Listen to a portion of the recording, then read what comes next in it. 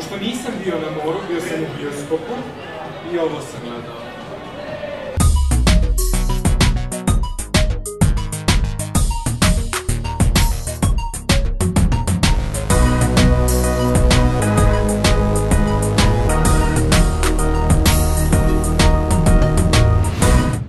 Dakle, film izuzetno zabavnih sat i po vremena sa relativno ok animacijom, relativno.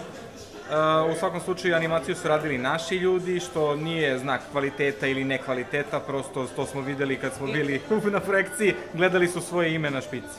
Sjajno, ali ne smeta mnogo osim kada Ajkula žvaće stvari, tad se baš vidi da je CGI, ali dok pliva i to je cool. I ono more je strava. Pazi, najbolji lik u filmu, bukvalno najbolji lik u filmu je Bova. Steven Galeb.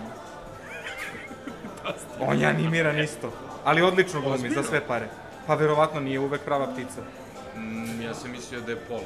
Ako je prava ptica, onda svaka čast, onda stvarno glumi za sve pare. Ja sam mislio da je Polo, ali okej.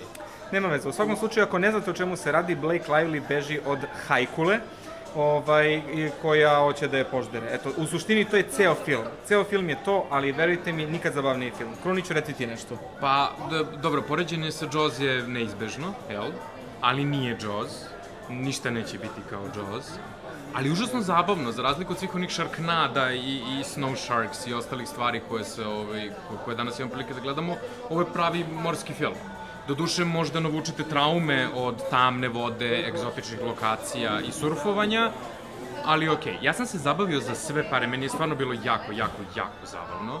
Nije najbolji film ikad, ali... Pogotovo onaj deo kada stave Blake Livelynu glavu na neku surverku.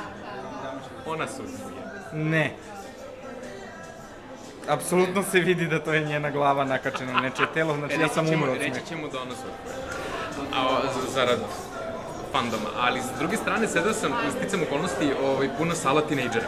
Da, dobro, ima smisla. Znači, da, koje su uglavnom klinke, koje su se toliko cimale i vrištale i pokrivale se preko glave.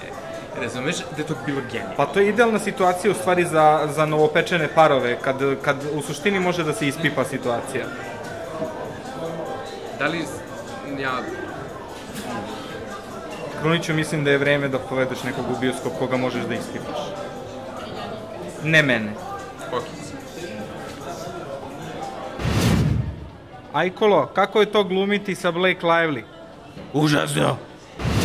U svakom slučaju, vreme je da ovom filmu damo ocenu, uz svaku zahvalu Gagi Tešić i Kon filmu, što nas je pozvala, i čak nam je dala i kokice.